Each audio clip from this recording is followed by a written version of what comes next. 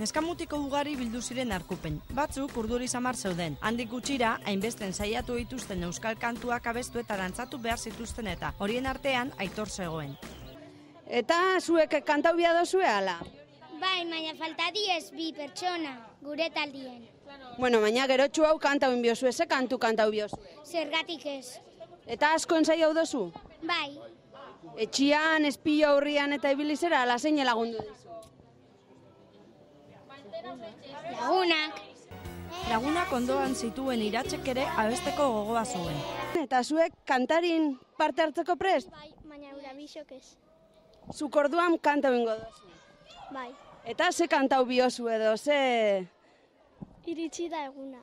Eta asko preparau dozu aurretik, ensaio asko indozu, zala etxian ensaiatzen ibilizera? Bai. Zela ensaiau dozu, konta iguzu pizkatxoa.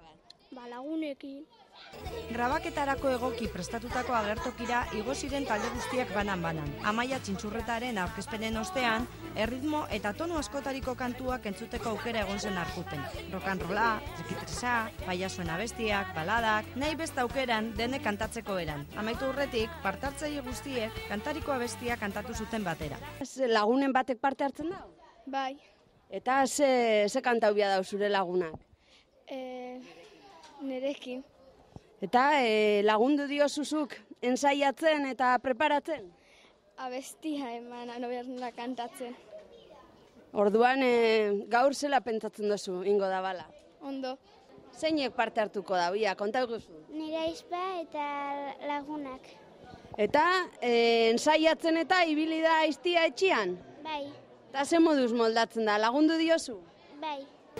Kantariren bigarren edizioko lehen ikuskizuna apirilaren 25 eta 26 grabatzen hasi ziren oinatin. Maiatzaren bateko zubian, atzeen hartu ostean, esan bezala, asteon arkupen egin dute. Hurrengo saioak ekainaren 6 eta 7 egingo dira Arrasateko Amaian Antzokian.